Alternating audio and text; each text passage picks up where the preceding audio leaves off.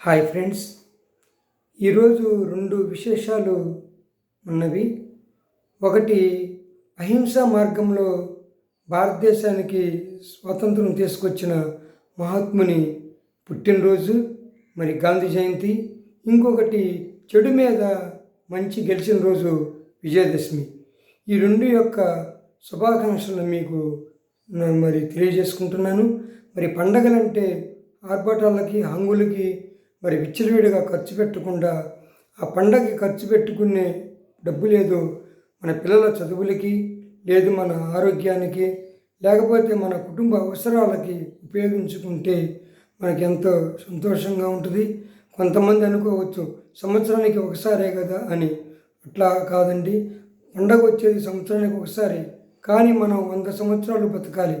మరి ప్రణాళిక మంచిగా ఉంటేనే, వేస్ట్ ఖర్చును తగ్గించుకుంటేనే ఈ రోజుల్లో మరి మనం ముందుకు సాగటానికి ఆస్కారం ఉంటుంది.